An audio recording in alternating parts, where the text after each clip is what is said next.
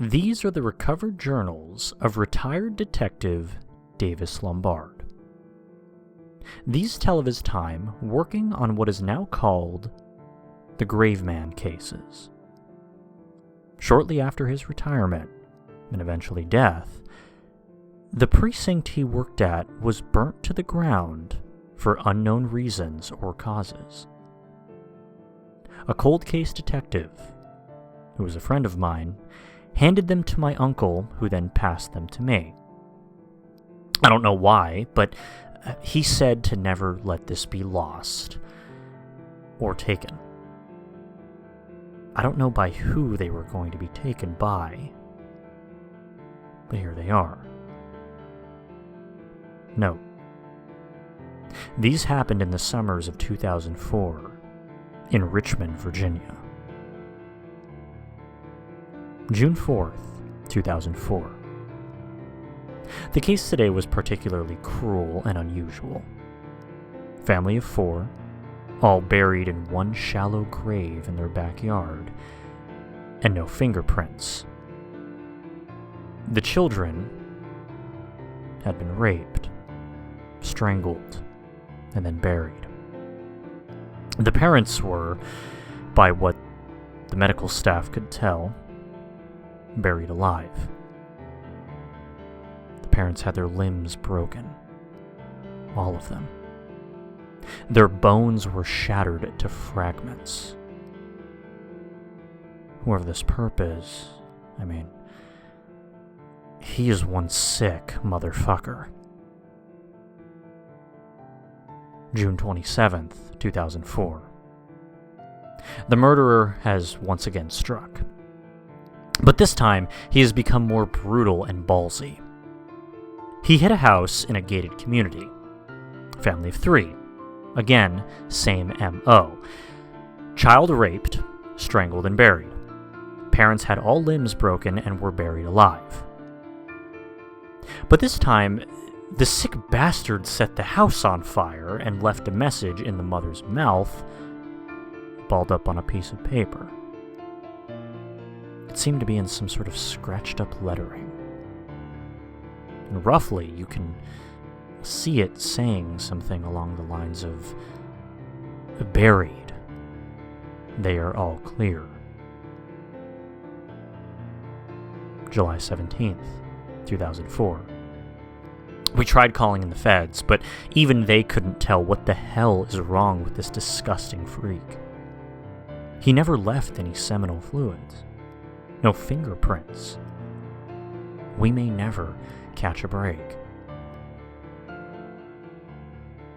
August 2nd, 2004. I think we finally may have made somewhat of a connection to the two families. See, they both went on the site familyvacation1.com. We found this out while looking at the paper the perp wrote on, which was a brochure to the site. We checked the first family's hard drive to their computer, and found that they had visited the website 2 days before their deaths. The website claims to give out top-quality vacations for reasonable prices. It then asks for an address, a phone number, and asks to be paid when a representative comes to your house. Now, we think that by giving them the address of one of our stakeout points, we could catch this so-called representative and take him into custody. August 5th, 2004. Where the hell do I begin? Today we did the stakeout, but then all of a sudden, one of the phones rang. The person, or whoever it was on the other end, said in a low, raspy voice, "You can't fool me," and hung up. How did he know it was us? Was he spying on us? I don't know. August 8th, 2004. More cases keep piling up. So are their bodies. I can't take it anymore. As I write this, I'm slowly losing my mind. I mean, nothing seems real any longer. My shrink said to take some time off. Maybe even retire. I don't know, but I still will keep an eye out on the case. August 28th, 2007. I went back on the site. This time there was a video added. It showed a black figure for a split second and a slideshow for all the dead families. Except that they seemed to be photo albums. Even some of my officers' families. Even mine. And I write this because this is far from in just Virginia or even this country. Digging deeper, the site had links to its other associated sites. Sites in languages like Russian, Swedish, German, Spanish.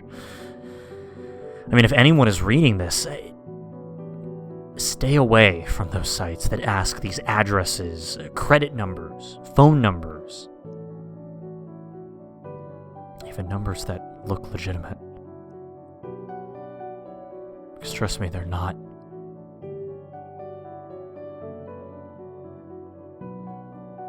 Note: Detective Lombard was found in his backyard, buried, clutching this journal. 2 days later, all evidence of these cases were lost in a fire. Nothing was recovered.